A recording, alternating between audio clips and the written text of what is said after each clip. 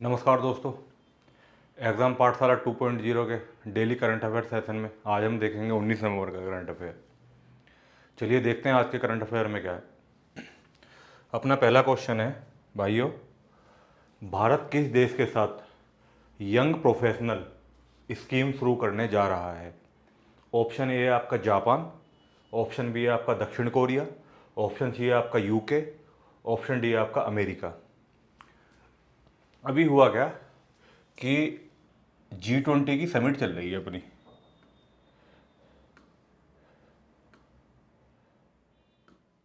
G20 की summit चल रही है कहाँ पे? बाली में, इंडोनेशिया के बाली में चल रही है। इंडोनेशिया के बाली में चल रही है G20 की समिट। ठीक है, G20 की समिट चल रही है कहाँ पे? इंडोनेशिया के बाली में। तो वहाँ पे क्या हुआ, अभी भारत के पीएम नरेंद्र मोदी जी और ब्रिटेन के पीएम जो इनके समकक्ष हैं,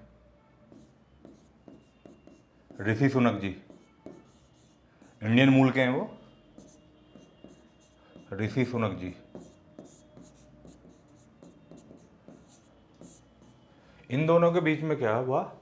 इन दोनों के बीच में द्विपक्षीय वार्ता हुई है। अभी द्विपक्षीय वार्ता में ये स्कीम लॉन्च करी है, यंग प्रोफेशनल्स स्कीम। भारतीय पीएम नरेंद्र मोदी जी द्वारा और ब्रिटेन के पीएम ऋषि सुनक जी द्वारा द्विपक्षीय वार्ता हुई G20 समिट के दौरान, और इन लोगों ने यहाँ पे यंग प्रोफेशनल स्कीम शुरू करी गई है। इस स्कीम में है क्या? तो जो भारत के 18 से 30 वर्ष के युवा होंगे ना, 18 से 30 वर्ष के युवा जिनके पास कोई डिग्री होगी, प्रोफेशनल्स होंगे, डिग्री धारक होंगे प्रोफेशनल्स, तो उन्हें क्या करा जाएगा? तो उनकी संख्या निश्चित कर दी गई है 3000। हर साल 3000 डिग्री धारक युवा भारत के जिनकी आयु 18 से 30 वर्ष के मध्य होगी, उन्हें ब्रिटेन में काम करने और अपने एक्सपीरियंस को बढ़ाने का मौका दिया जाएगा। तो ये एक वीज़ा नीति है, यंग प्रोफेशनल स्कीम। तो एक ये सुगम वीज़ा है, 3000 युवा हर साल जाएंगे 2 साल के लिए, और ये योजना लगभग दिसंबर के शुरुआत से 2023 के शुरुआत से शुरू हो जाएगी, यंग प्रोफेशनल स्कीम। तो ध्यान रखना, इंडिया और ब्रिटेन के बीच में ये। तो इसका सही उत्तर क्या है आपका? UK, United kingdom. बाली के दौरान, बाली में चल रहे G20 शिखर सम्मेलन के दौरान भारतीय प्रधानमंत्री नरेंद्र मोदी जी और यूके के जो इनके समकक्ष प्रधानमंत्री हैं ऋषि सुनक जी जो भारतीय मूल के हैं, उन दोनों के बीच में एक द्विपक्षीय वार्ता हुई। उस वार्ता में यंग प्रोफेशनल स्कीम को लॉन्च करा गया, और उस स्कीम में क्या है, 18 से 30 वर्ष के डिग्री धारक युवा जो 2 साल तक ब्रिटेन में जाके अपना काम कर सकते हैं, एक्सपीरियंस शेयर कर सकते हैं, ये उनके लिए है। और 2023 के शुरुआत से इसकी शुरुआत हो जाएगी। चलिए अगला क्वेश्चन देखते हैं। अगला क्वेश्चन है अपना, रेस्पेक्ट फॉर मैरिज एक्ट किस देश से जुड़ा हुआ है? अभी क्या करा है कि जो अमेरिका की सीनेट है, अमेरिका की सीनेट ने, अमेरिका सीनेट, जैसे अपने संसद होती है वहाँ सीनेट होती है, अमेरिकी सीनेट ने क्या करा कि जो समलैंगिक विवाह करते हैं, समलैंगिक विवाह या फिर अंतरजातीय विवाह करते हैं, अंतरजातीय विवाह, अंतरजातीय विवाह करते हैं, उन्हें क्या करेगी अमेरिकी सरकार? सुरक्षा प्रदान करेगी, संघीय सुरक्षा प्रदान करी जाएगी अमेरिकी सरकार द्वारा। तो ये रेस्पेक्ट फॉर मैरिज एक्ट किस देश से जुड़ा हुआ है? तो अमेरिका इसका सही उत्तर होगा। डी ऑप्शन इसका सही है, अमेरिका इसका सही उत्तर है। अगला क्वेश्चन देख लेते हैं। अगला क्वेश्चन है अपना, डोनी पोलो एयरपोर्ट हवाई अड्डे का उद्घाटन किस राज्य केंद्र शासित प्रदेश में किया गया है? पहला ऑप्शन है आपका सिक्किम, दूसरा ऑप्शन है आपका अरुणाचल प्रदेश, तीसरा ऑप्शन है आपका पश्चिम बंगाल, चौथा ऑप्शन है आपका झारखंड। तो डोनी पोलो जो हवाई अड्डा है, इसकी नींव प्रधानमंत्री नरेंद्र मोदी जी द्वारा, पीएम नरेंद्र मोदी जी द्वारा 2019 में रखी गई थी,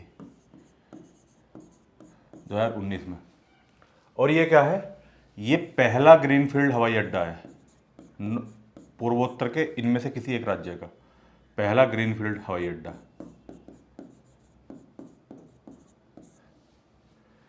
तो इस अब 2022 में इस हवाई अड्डे का उद्घाटन किया गया है। तो इसका सही उत्तर है आपका अरुणाचल प्रदेश। अरुणाचल प्रदेश का ये पहला ग्रीनफील्ड हवाई अड्डा है जिसकी नींव रखी थी प्रधानमंत्री नरेंद्र मोदी जी द्वारा 2019 में। तो पूर्वोत्तर में देखा जाए तो ये 16वां हवाई अड्डा है, नॉर्थ ईस्ट में 16वां, नॉर्थ ईस्ट में 16वां हवाई अड्डा है। तो ये ध्यान रख लेना, किसका उद्घाटन, डोनी पोलो हवाई अड्डे का उद्घाटन भाइयों अरुणाचल प्रदेश में प्रधानमंत्री नरेंद्र मोदी जी द्वारा करा गया है। और 2019 में इस हवाई अड्डे की नींव भी प्रधानमंत्री नरेंद्र मोदी जी द्वारा रखी गई थी। और अरुणाचल प्रदेश का ये पहला ग्रीनफील्ड हवाई अड्डा है। और अब देखा जाए तो नॉर्थ ईस्ट में लगभग हवाई अड्डों की संख्या होगी 16। अगला क्वेश्चन देख लेते हैं। अगला क्वेश्चन है अपना, सीवी आनंद बोस को किस राज्य का राज्यपाल नियुक्त किया गया है। तो पहला ऑप्शन है आपका आंध्र प्रदेश, दूसरा ऑप्शन है आपका तमिलनाडु, तीसरा ऑप्शन है आपका पश्चिम बंगाल, चौथा ऑप्शन है आपका कर्नाटक। तो अभी क्या करा गया है कि जो सीवी आनंद बोस जी हैं, एक राष्ट्रपति प्रेसिडेंट ऑफिस से अधिसूचना जारी करी गई, राष्ट्रपति ऑफिस से अधिसूचना जारी करी गई, अधिसूचना,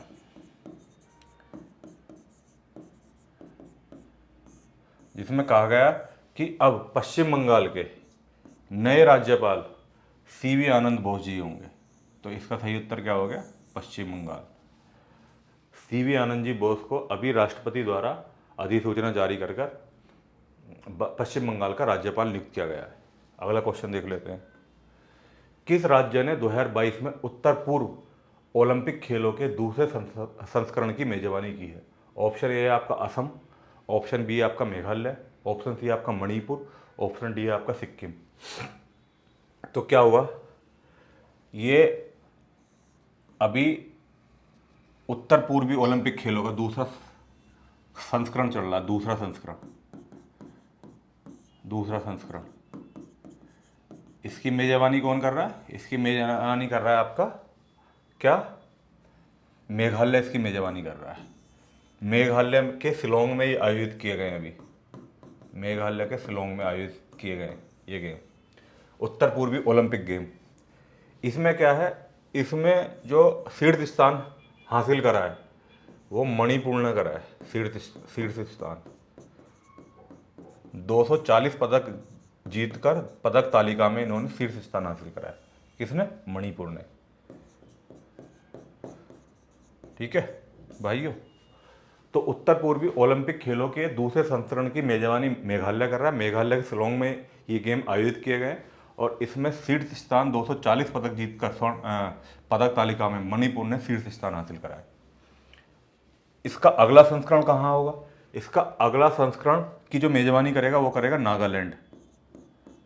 मतलब तीसरे संस्करण की मेजबानी कौन करेगा, नागालैंड। तीसरे संस्करण की मेजबानी करेगा आपका नागालैंड तीसरे संस्करण की मेजबानी करेगा इसकी। तो मेघालय के शिलोंग में ये गेम आयोजित करे गए और मेघालय ने दूसरे संस्करण की मेजबानी करी है। पदक तालिका में शीर्ष स्थान 240 पदक जीतकर मणिपुर ने हासिल करा है। और तीसरे संस्करण की मेजबानी जो आगामी उत्तर पूर्वी ओलंपिक खेल होंगे उनकी मेजबानी करेगा कौन, आपका नागालैंड। अगला क्वेश्चन देख लेते हैं। कोरोनोविया ज्वाइंट वर्क किस क्षेत्र से संबंधित है। ऑप्शन ए है कृषि, ऑप्शन बी है क्रिप्टो मुद्रा, ऑप्शन सी है मानव तस्करी, ऑप्शन डी है खनन।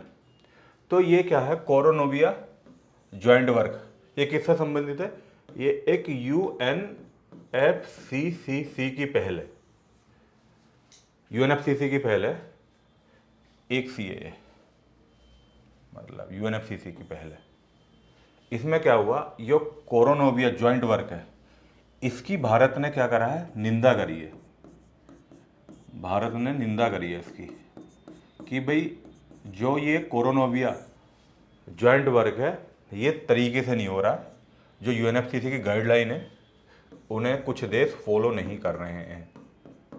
तो भारत ने इसकी निंदा करी है। और ये किससे संबंधित है भाइयों? इसका सही उत्तर है आपका कृषि। तो कोरोनोविया जॉइंट वर्क कृषि क्षेत्र से संबंधित है, यूएनएफसीसी की एक पहल थी। अगला क्वेश्चन देख लेते हैं। भारत ने किस देश के साथ द्विपक्षीय साइबर नीति वार्ता आयोजित की है? ऑप्शन ए है आपका अमेरिका, ऑप्शन बी है आपका ऑस्ट्रेलिया, ऑप्शन सी है आपका स्वीडन, ऑप्शन डी है आपका स्पेन।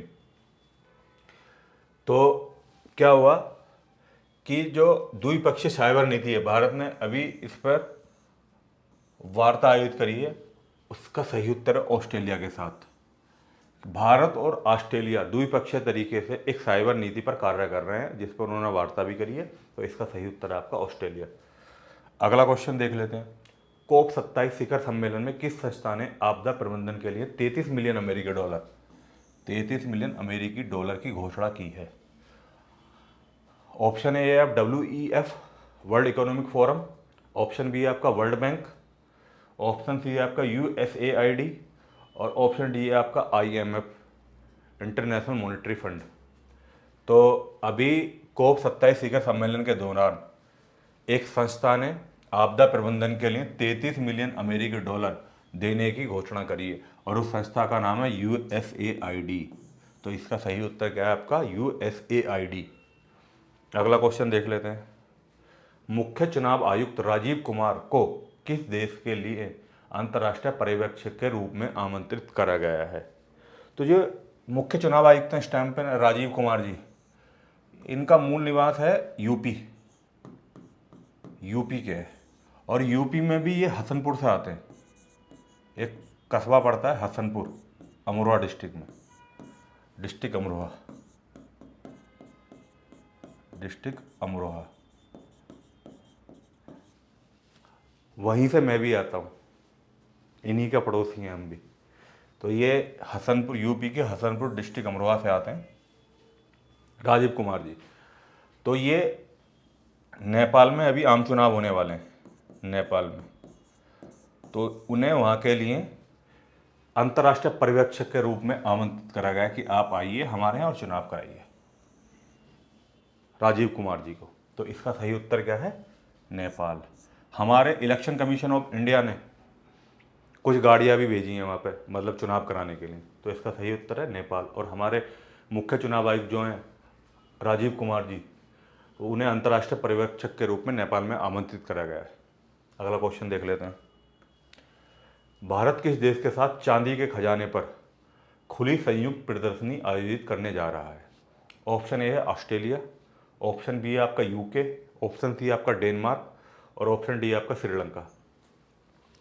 तो राष्ट्रीय हमारा एक संग्रहालय है, राष्ट्रीय संग्रहालय नई दिल्ली में, जो राष्ट्रीय संग्रहालय ये कहाँ पे है? नई दिल्ली में।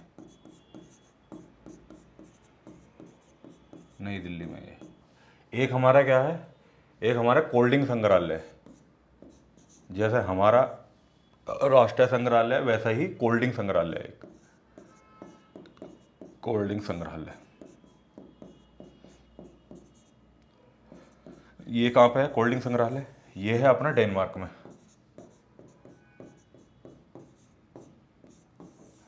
डेनमार्क में। तो इन्होंने मार्च 2023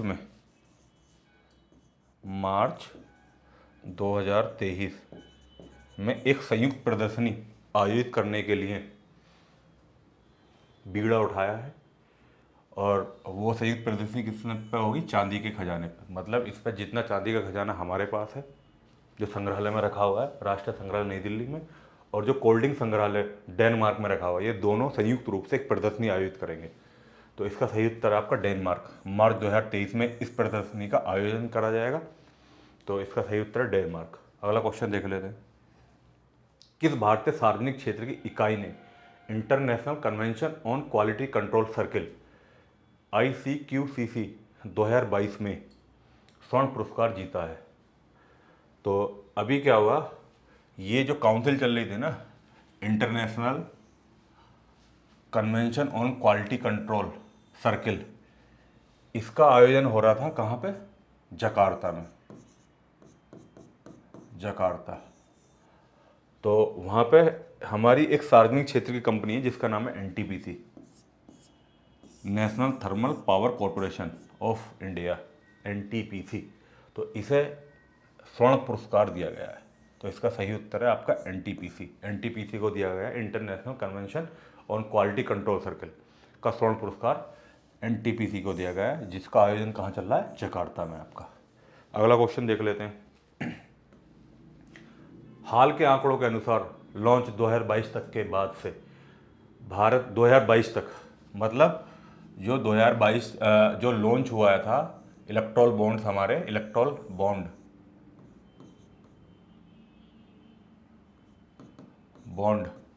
जो बेचे गए हैं अब तक 2022 तक, वो कितने मूल्य के बेचे जा चुके हैं? इस सवाल में ये पूछने की कोशिश की गई है। तो पहला ऑप्शन है आपका 1026 करोड़, दूसरा ऑप्शन है आपका 10,246 करोड़, तीसरा ऑप्शन है आपका 50,246 करोड़, और चौथा ऑप्शन है आपका 1,24,600 करोड़ रुपए। तो जो इलेक्ट्रॉल बॉन्ड लॉन्च हुए थे वो एसबीआई द्वारा, स्टेट बैंक ऑफ इंडिया द्वारा 2018 में इलेक्ट्रॉल बॉन्ड को लॉन्च किया गया था। इलेक्शन बॉन्ड जिसे बोलते हैं, इलेक्ट्रॉल बॉन्ड को लॉन्च करा गया था कब? एसबीआई द्वारा 2018 में।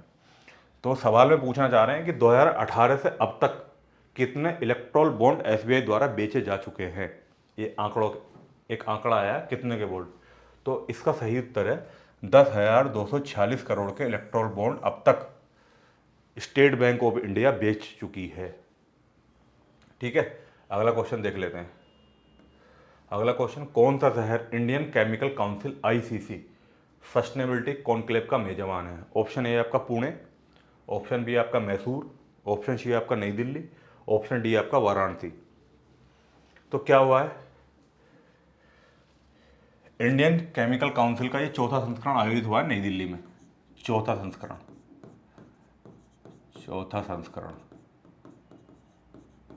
कहाँ आयोजित हुआ है? ये हुआ नई दिल्ली में, नई दिल्ली में। तो इसका सही उत्तर हो गया आपका ऑप्शन सी, नई दिल्ली। इसमें उद्देश्य क्या है इस काउंसिल का? उद्देश्य है इसका, उद्देश्य क्या है? उद्देश्य है आपका कि रसायन जो होते हैं, केमिकल जो होते हैं, जो उनका संपूर्ण जीवन चक्र होता है, उनके संपूर्ण जीवन चक्र के प्रबंधन में स्थिरता लाना। मतलब जो संपूर्ण उनका जो एक साइकिल पीरियड होता है, उनके मैनेजमेंट में एक स्टेबिलिटी लेकर आना, ये इसका उद्देश्य है। जो हमारे खतरनाक रसायन होते हैं कि भाई उनके साइकिल का मैनेजमेंट कैसे करा जाए, तो उसमें एक स्टेबिलिटी लेकर आना है। तो नई दिल्ली में इसका आयोजन करा गया। तो इसका सही उत्तर है आपका सी। अगला क्वेश्चन देख लेते हैं। राष्ट्रीय निवेश और अवसंरचना कोष, national investment and infrastructure fund NIIF का पहला प्रस्तावित द्विपक्षीय कोष कौन सा है? ऑप्शन ए आपका Bharat Sri Lanka fund, option B आपका Bharat Nepal fund, option C है आपका Bharat Japan fund, option D है आपका भारत और ऑस्ट्रेलिया फंड। तो हमारी वित्त मंत्री जी हैं निर्मला सीतारमण जी, वित्त मंत्री निर्मला सीतारमण जी, इन्होंने इस द्विपक्षीय कोष की अध्यक्षता करी है। निर्मला सीतारमण जी ने अध्यक्षता करी है। और इसका जो पहला प्रस्तावित द्विपक्षीय कोष है वो है भारत जापान फंड। तो इसका सही उत्तर है भारत और जापान फंड। अगला क्वेश्चन देख लेते हैं। और ये इसकी 5वीं बैठक थी, NIIF की 5वीं बैठक थी, 5वीं बैठक, NIIF की 5वीं बैठक थी। अगला क्वेश्चन देख लेते हैं। अगला क्वेश्चन है, यूनेस्को के विश्व दर्शन दिवस, वर्ल्ड फिलोसफी डे 2022 की थीम क्या है? The human of the future, B option है आपका philosophy and humanity, C option है growth and humanity, D option है आपका डेवलपमेंट ऑफ थॉट्स। तो अभी क्या हुआ है, जो NESCO एक संस्था है, ये क्या करती है कि नवंबर माह के तीसरे गुरुवार को हर साल क्या करती है, वर्ल्ड विश्व दर्शन दिवस, वर्ल्ड फिलॉसफी डे का आयोजन करती है दुनिया भर में। हर गुरुवार को, नवंबर माह के तीसरे गुरुवार को हर साल विश्व दर्शन दिवस, वर्ल्ड फिलॉसफी डे का आयोजन करती है। तो इस बार की थीम क्या थी, इस बार की थीम का थी the human of the future. तो इसका आपका सही आंसर है the human of the future. और NESCO ये संस्था का नाम है, ये विश्व दर्शन दिवस का आयोजन कराती है और इस बार की थीम थी the human of the future. और हर साल नवंबर माह के तीसरे गुरुवार को विश्व दर्शन दिवस दुनिया भर में मनाया जाता है। आज की क्लास में इतना ही, मिलते हैं अगली वीडियो में। और जिन्होंने भी चैनल लाइक ना किया हो वो लाइक कर दें, सब्सक्राइब कर दें और बेल आइकन को जरूर दबा दें ताकि हमारी लेटेस्ट वीडियो का नोटिफिकेशन आप तक पहुंच सके। और जो भी आपको मतलब मेरे पढ़ाने में या फिर मेरी क्लास में क्वेश्चन में कोई दिक्कत होती है तो मुझे आप बेझिझक कमेंट कर सकते हैं सीधे। नमस्कार, थैंक यू, जय हिंद।